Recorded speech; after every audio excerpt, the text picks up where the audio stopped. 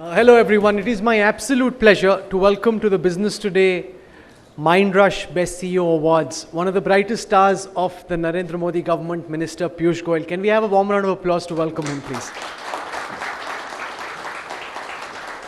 Minister Goyal has just come back after arguing India's case at two high-profile international events, the World Trade Organization Ministerial Meet in Geneva, and right before that, the World Economic Forum meeting in Davos. And hopefully, he'll give us a sense of what the world is thinking of the India story at this moment. Piyush ji has come to the Mindrush Awards straight from the nomination of the NDA candidate for the next president, Draupadi Murmu. In fact, everybody else was still there, but because he'd committed, so he's come, and we are delighted to have him as the chief guest to give away the Best CEOs Awards. This is the 10th time that Business Today is organizing the Best CEO Awards. The idea really is not just to assemble people, but to get them to reflect, learn, as the credo of Business Today goes, rebrain or rot, upskilling, learning new things, which is why we have in our midst world-renowned management gurus like Ramcharan ji, like the HPS professor who will be here in the evening, like Narayan Murthy ji, and all the fantastic speakers we've assembled who will give us a sense of how they see emerging technologies shape the world. I want to thank all the award winners who've come in from different parts of the world. We're so thankful that the pandemic is almost behind us and you could join us from different parts, from the UK, the US, different parts of India, even Africa, making the effort of coming here. We deeply appreciate that. Before we begin the award ceremony, can I get Minister Piyush Goyal to give us his keynote address on how India can come out on top in this VUCA world? So much volatility, so much uncertainty. How can India ride this VUCA wave and come out on top? Can we have a round of applause for Minister Piyush Goyal, please?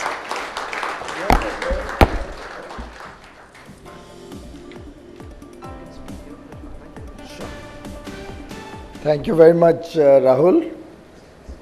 Thank you very much, Arunji, Raj, all the friends from the India Today group for giving me this opportunity to engage with such an illustrious group of friends, if I may say so.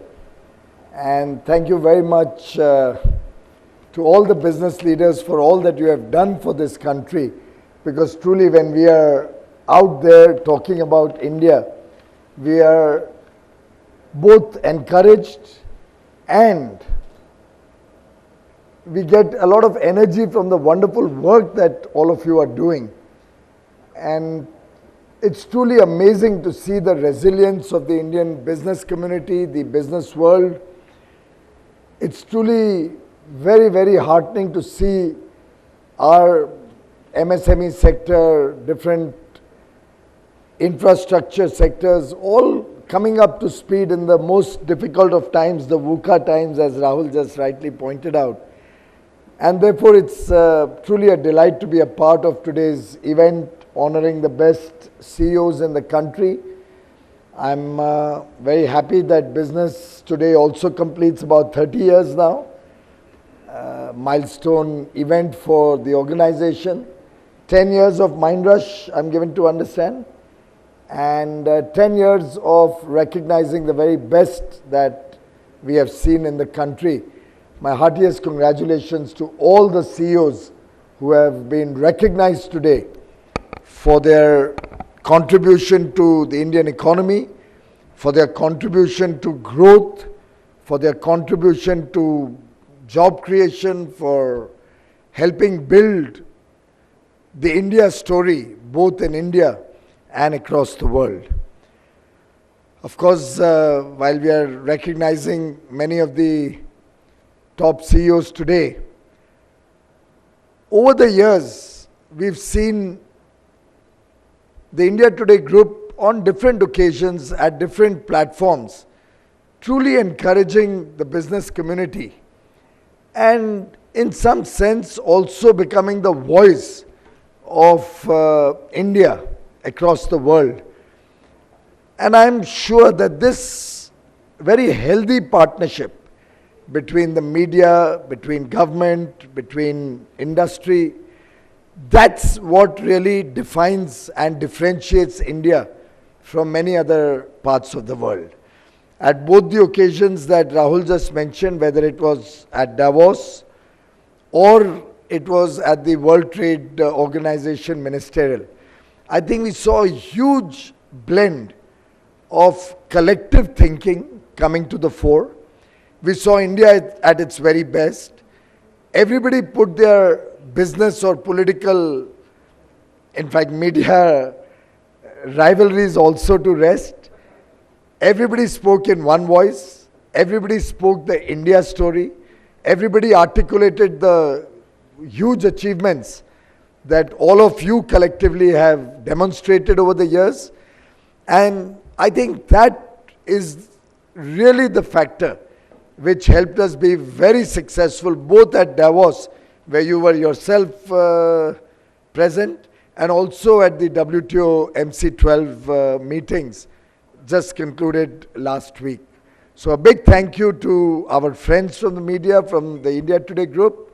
Big thank you to all friends from industry. And of course, I think it's also a moment to celebrate the fact that the leadership that India today has and demonstrates across the world is getting recognized as a leadership that is not only very, very sensitive, but a leadership that reflects the voice of large sections of the poor, the vulnerable, the less developed countries, the developing nations. And I think we can all be collectively proud that Prime Minister Narendra Modi has changed the image of India. As many people who meet me in different occasions tell me that our passport today is getting recognized and respect across the world. And I think that's something which truly calls for a celebration for all Indians, that finally India's voice is becoming a powerful voice in the world, and India's passport, India's citizenship, the fact that we are all collectively working for a better tomorrow for 135 crore Indians is being seen, is being heard, and is being valued throughout the world. In fact, through the COVID pandemic and now in very turbulent times that the geopolitical situation has thrown up, our Indian business has met all international commitments and brought honor to the country. I remember at the G20 summit in Rome towards the end, in November 2021, the Honorable Prime Minister spoke about the fact that we quickly rejigged all our business processes, particularly in the services sector, and we made sure that not a single commitment that we had made to any other part of the world, to any corporate, to any country, was ever let down. Our service sector, for example, many of them running back offices, many of them running outsourced operations in India, worked round the clock. They moved quickly to their homes. Fortunately, in 2015, we had started the Digital India campaign, due to which across the country, wherever people may have been, in the mountains of Uttarakhand or maybe at Alibag, because I know a lot of Indian business persons worked out of Alibag during those days, everybody had good digital connectivity. In fact, broadband connectivity was provided in mission mode to all those who needed it. And not for a second did Indian business fall in any commitment that was made internationally. And that truly earned us the credit as a trusted partner of the world. And that credit will be something that will hold us in good stead as the world moves to look for newer and newer destinations. There are many countries which are currently out of favor, and many companies which are looking to move to newer destinations for more resilient supply chains, for more easier ways of doing business, more transparent economies. And I think we are absolutely perfectly poised to be that alternate destination. The answer to VUCA, if I may, Rahul, would probably be Yuva, our Yuva Shakti. The fact that we today represent a young population, the fact that today, wherever we go and wherever we talk, they are really amazed at some of the work that our young boys and girls are doing. Every engagement at Davos with any top corporate, one of my questions used to be, what is it that attracts you to India? Is it our competitive costing, pricing? Is it the large market alone? But invariably, every one of them spoke about massive expansion plans in India, particularly expansion in areas related to technology. And each one of them marveled at the unique skills, at the fantastic skill sets that our young boys and girls bring to the table. Almost all of them were more interested in our young science graduates, our maths graduates, our people engaged in the electronics and electrical industry. It was more the fact that you are producing amongst the highest number of STEM graduates anywhere in the world. And that's what we are really looking to come to India to engage with, to benefit from. And I do believe that that is something that all of us in this room recognize, all of us in this room see the opportunity amidst a lot of global turbulence, where India can move up the value chain, India can go beyond just an affordable supplier to a quality supplier, to a supplier of high quality, high-tech products, high-tech services. And the fact that we have an open, very, very forward-looking, more predictable and stable regulatory policies coming in, transparent economy, everything we do is what we say. And everything we say, we do. There's no double thinking in any part of the country today. And at Davos, we saw all the parties of different political hues from different states talking in one language, talking about India first. And that, I think, was a very big differentiator of this summer World Economic Forum meeting compared to any time in the past. The business community spoke in one voice, the political community spoke in one voice, and the media actually promoted the India story. They promoted the fact that we've had the highest ever exports, both in goods and services, in the COVID period. About 675 billion plus of exports of goods and services. That's nearly 50 lakh crore rupees. It's something that was not imagined for many years.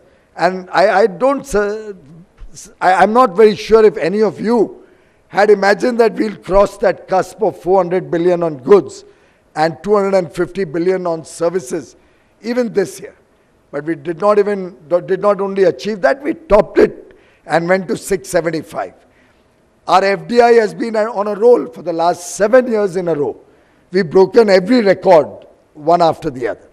Our foreign exchange reserves, I was reading the RBI governor's statement only this morning, that the macroeconomic situation that India presents today is absolutely strong. We go with huge foreign exchange reserves. We are able to take effective steps to curb inflation. He's very confident that another few months and we'll see both inflation tapering down. I just had a conversation with him day before yesterday. He's very bullish on the growth story, convinced that collectively between monetary policy and fiscal policy, and both working in tandem this time around. After a long time, we are facing a situation like we are facing today. I would think it's about similar to what we first saw in 2008, 7, 8, 9, that period of the global financial crisis. India went through the triple tantrum in 2013 again, when we had a serious crisis on various fronts, our current account deficit, our foreign exchange reserves, growth slowing down.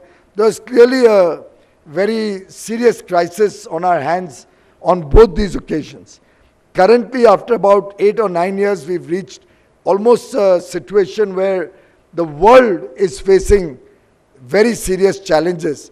And within that, India is seen to be an kind of an oasis in the entire economic landscape. I'm sure with the kind of enthusiasm I see, both in other parts of the world, we've had 2 FTAs with UAE and Australia. The Australia one came as a surprise to many because most thought India can't really engage with developed worlds. We did that literally in under 90 days. I remember though we launched in September and possibly in the same hotel. It's a little bit of a lucky place for me, when we talk about FTAs. But Narendran, please don't mind it. But truly, when we launched in September, there was that Omicron wave that came in and then Christmas, so we didn't get much traction. I remember a VC around 4th of January when the then Minister for Trade and I decided that let's give it a shot on a daily basis. And it was actually a situation where we worked round the clock. Through the day, officials would be working. I normally sleep late, so my last call before I would sleep late night would be a time when he would be up in the morning in Australia. And we would sort out anything that was not on track during the day in that midnight call or 2 o'clock, 3 o'clock in the morning in India. And we would sort out issues as they came. And on 2nd of April, we were ready to sign. We did a historic agreement after many years with a developed nation. The Prime Minister of UK is on record that he wants us to complete by Diwali the UK free trade agreement. I had a bilateral with my Canadian counterpart on the sidelines of MC12 at Geneva. And we had a full-fledged discussion on our FTA. And they are insisting that they want to do it faster than UK, which I suspect now is impossible because my teams are stressed out.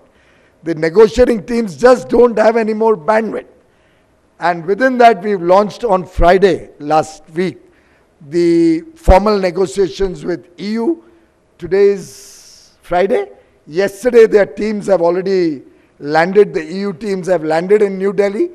And preliminary discussions are going on as we speak. Monday, formal negotiations with the EU start. On the sidelines, I had Switzerland talking to me, wanting their group of 4 countries to do an FTA. I still remember at Davos 4 years ago, when I had approached Switzerland, and they gave me a lukewarm response. This time around, we've had 2 meetings at Davos and on the sidelines of MC12, where they are persuading that India should seriously consider a FTA with that group of 4 countries. I think it's EFTA or something. We have Kazakhstan talking to me that Eurasian countries are keen to negotiate with India. For the last 4 months, I've been already under pressure from the GCC group of 6 countries, UAE plus 5 more, who want to conclude an FTA with India. You make your own guesses what that represents, what that reflects. It's your strength. They want to do business with all of you. They want to expand investments and trade with all of you. The choice is ours. Are we sitting in our comfort zone or are we looking to grab this opportunity? An opportunity doesn't knock again and again. It's those who can dream big. It's those who can see the future. It's the visionary leaders who are going to be able to grab this opportunity. And I would urge friends both from the media and from industry, take this message of confidence, this positivity that the world is seeing in our country. Very often we miss the opportunity. We miss the positivity that we reflect to the rest of the world. I'm sure Professor must be seeing it all the time in his travels. And I think it's for all of us to collectively go for it. It's for all of us to collectively earn the trust and earn the goodwill of businesses across the world, just like we did during the COVID period. It's for us to showcase the changing thinking, the new way of working in India. And yesterday when we inaugurated the Vanijya Bhavan, I briefly alluded to that look at the way India has evolved in the last 8 years. I still remember a time when government procurement was all through Directorate General of Supplies and Disposal. Many of you, particularly the senior captains of industry, will recall Bhargavji was in government at that time. The DGSND. I don't think there would have been a bigger scam than the DGSND. I remember as a young boy when I had started my business, maybe 35, 38 years ago, I had also made an effort to try and register my products in the DGSND. I couldn't even enter the office of DGSND. I didn't know what the terms and conditions were. That building down and broke that organization down. We created GEM, the government e-marketplace, so that today nearly 45 lakh companies are registered in the government e-marketplace. They are able to, in a very, very transparent manner, bid for every government contract, goods and services. We've recently now decided to allow cooperatives also to benefit from that. The business, the whole concept, Prime Minister initiated about 5 or 6 years ago. Took us some time to get the government to think in that direction. We did 9,000 crore rupees of business on that 4 or 5 years ago. We did 110,000 crores of government procurement on the GEM portal last year and are targeting 2 lakh crore in the current year. Look at the changing dimension and the way of working. Completely transparent, equal opportunity for all, small scale industry, MSMEs, women entrepreneurs, physically challenged entrepreneurs, startups, all getting an equal opportunity to participate in government procurement in a transparent manner. And what do we gain? Thousands and thousands of crore of rupees of savings, which is your hard-earned money. It's the taxes that each one of you is paying to the government, for which we are responsible to efficiently use. We are not a government. Modi ji is not a person who's going to say, मैं क्या करूं? मैं तो 100 रुपए भेजता हूं गरीबों को, 85 रुपए बीच में इधर उधर हो जाते हैं, 15 रुपए गरीब को पहुंचते हैं. This is a government which found a solution to that. We brought in JAM. We brought in, and I must acknowledge the contribution of all of you from the technology space, from the banking space, for the wonderful work you all did. The Aadhaar, Jandan accounts, and the huge mobile spread across the country, the telecom revolution, collectively has helped us disperse nearly $300 billion plus. That's over 22, 23 lakh crores to the poor, to the needy, to the beneficiaries in a completely transparent, in a completely real-time manner, without any middlemen, straight to the beneficiaries. And if we were to do a math on the old way of working, acknowledged by the then Prime Minister, we would need probably what, $1.5 trillion, so that 300 billion could reach the poor. So just that is the changing way of thinking and working. We broke down all those army shacks. I don't know if any of you remember, again you would recall, because I used to go myself for often getting a checkup in the military hospital, which was run in a barrack with rain pouring in every year. And this is something that's happened for decades. Nobody ever thought that what is happening, is that good for the country? The army offices being run in barracks along that Dara Shikoh road. And all of us pass by there every day. Every prime minister, every minister, every government official would just merrily pass by. Our army men were getting trained and were getting treated over there.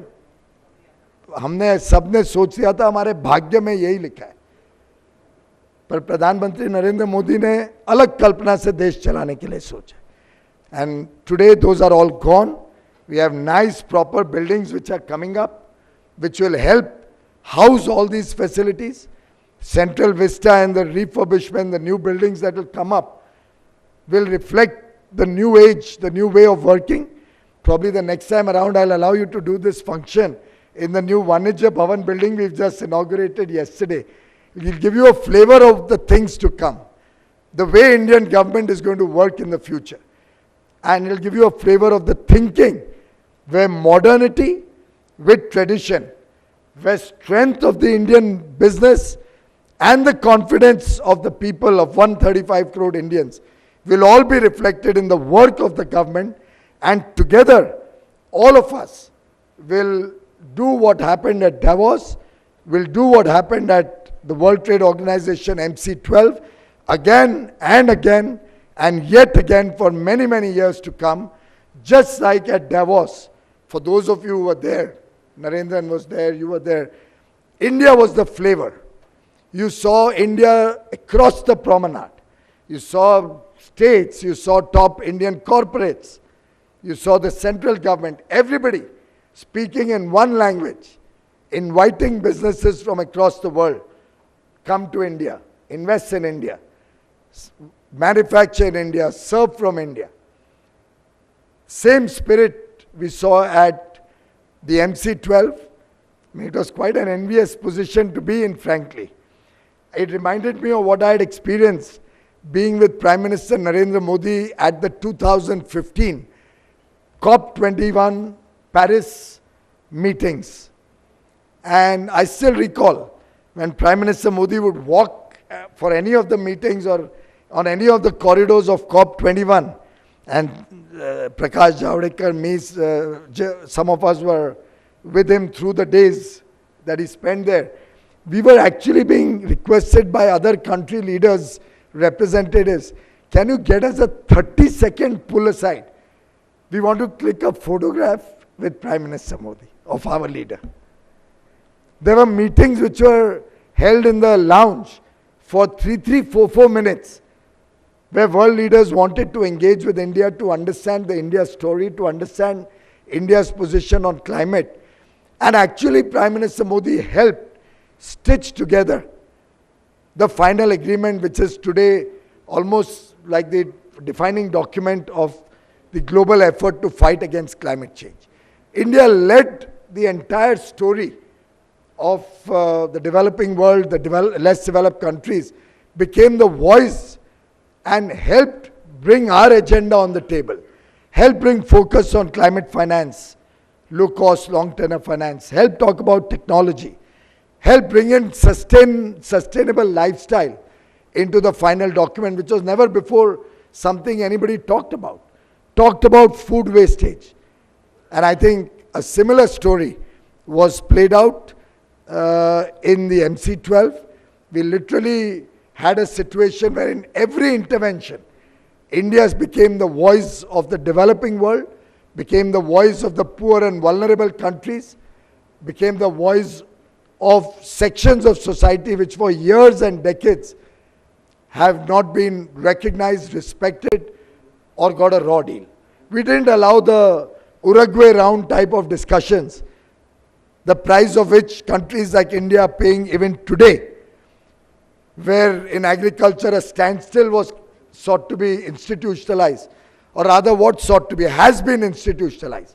And we are all stuck with 1986 level of agricultural subsidies, so that Europe can give $89 billion of subsidies, supporting barely 3-4% of their population, and we supporting 60% of our population are restricted with the Uruguay round commitments that were made by the then government.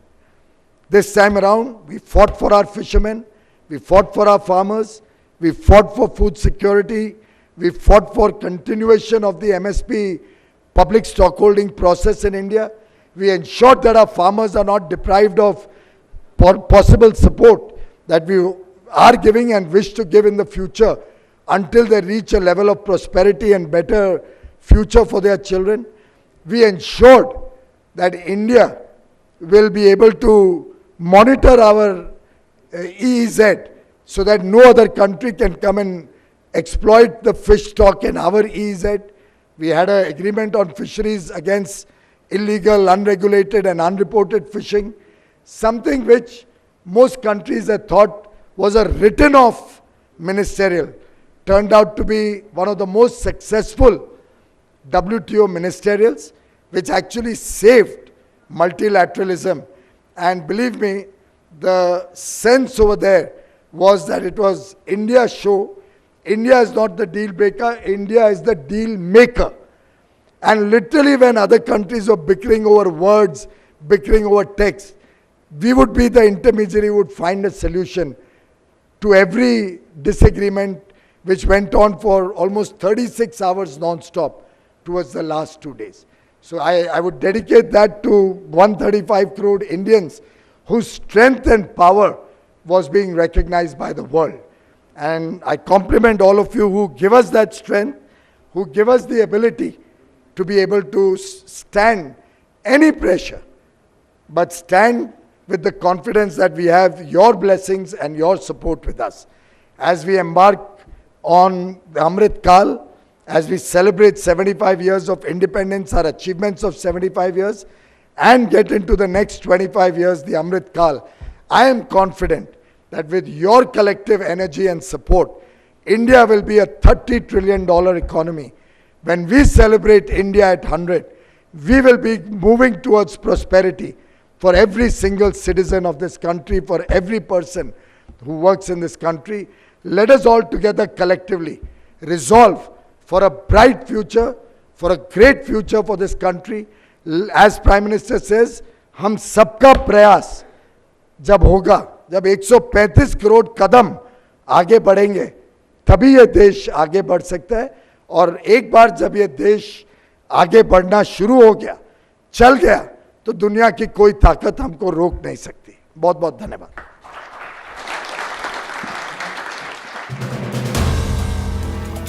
If you like the video, do like, comment, share and subscribe.